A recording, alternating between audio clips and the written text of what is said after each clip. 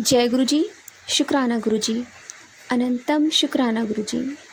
संगत जी, आज मैंने एक आंटी का सत्संग सुना और उन्होंने अपने सत्संग में बताया कि वो एक बार अपनी कज़न के यहाँ जाती हैं, अपने भाई के यहाँ पे। और जब वो जाती हैं तो वहाँ पे जब बैठकर लंच कर रही होती हैं तो सामने दीवार पर गुरु जी का स्वरूप देखती हैं। कहती हैं कि वो स्वरूप इतना मनमोहक होता है कि उनकी नज़र नहीं हटती। और वो पूछते हैं कि भाई, ये जो तस्वीर है ये किसकी है? तो वो भाई साहब कहते हैं उनके कि दीदी, ये हमारे गुरुजी हैं, छतरपुर में है, बड़े मंदिर में। तो वो एक एक करके ना अपने सत्संग सुनाने शुरू कर देते हैं। कहते हैं उनके बेटे को कोई प्रॉब्लम थी, वो गुरु महाराज जी ने सॉल्व कर दी। उनकी बेटी को भी प्रॉब्लम थी, वो भी गुरु महाराज जी ने सॉल्व कर दी। गुरु महाराज जी ने उनकी बेटी का पूरा पेपर करा दिया। वो उनकी बेटी पेपर छोड़कर आना चाहती थी। उसने कहा, गुरु महाराज जी, मुझे पेपर नहीं आता, मुझे कुछ याद ही नहीं है, इसलिए मैं छोड़ कर जा रही हूँ। तो गुरु महाराज जी ने पर एकदम से उसका हाथ उठाया और उसने पूरा पेपर अपना किया बिना कुछ याद किए। तो गुरु महाराज जी ऐसे छोटे छोटे मिरेकल अपने बच्चों के साथ हमेशा करते रहते थे। तो अंकल बताते हैं कि मुझे स्टोन की प्रॉब्लम थी, मेरी पथरी है और बहुत सारी उनकी बीमारियाँ भी थी। तो जब फर्स्ट टाइम जो गुरु महाराज जी के दरबार में जाते हैं तो गुरु महाराज जी उन्हें सारे से बुलाते हैं और वो अंकल सोचते हैं कि मैं तो फ़र्स्ट टाइम आया हूँ, तो इतनी जल्दी मुझे कैसे बुला लेंगे। तो जो बराबर में संगत बैठी होती है वो कहते हैं कि अंकल जी, गुरु महाराज जी आप ही को बुला रहे हैं। तो गुरु महाराज जी उनको कहते हैं, उनको कुछ देते, चाय प्रसाद या कुछ देते मतलब खाने के लिए कि ये लोग खा लो। ठीक से प्रॉपर याद नहीं है।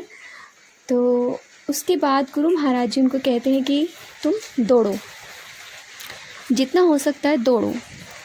तो वो अंकल जी दौड़ते हैं और दौड़ लगाते लगाते लगाते उसके बाद उन्हें वॉशरूम आता है, वो वॉशरूम में जाते हैं और वॉशरूम करते वक्त उनके जितने भी स्टोन्स होते हैं वो सारे निकल जाते हैं बाथरूम के जरिए। गुरु महाराज जी ने उन्हें इतना ब्लेस किया कि उनकी सारी बीमारियां धीरे धीरे ख़त्म हो गई।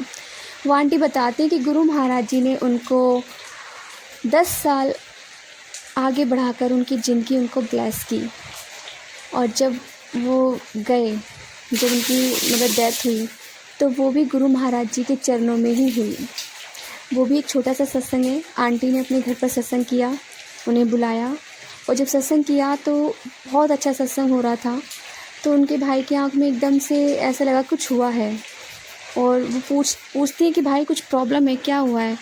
तो वो बता भी नहीं पाते हैं, एकदम से वो बेहोश होते हैं और गुरुजी के स्वरूप के आगे गिर जाते हैं और एकदम से भगदड़ मचनी शुरू हो जाती है कि क्या हुआ। फिर उनकी आंटी जो होती है, उनकी जो वाइफ होती हैं, वो ऊपर रोटी की सेवा में लगी होती हैं, रोटी बना रही होती हैं।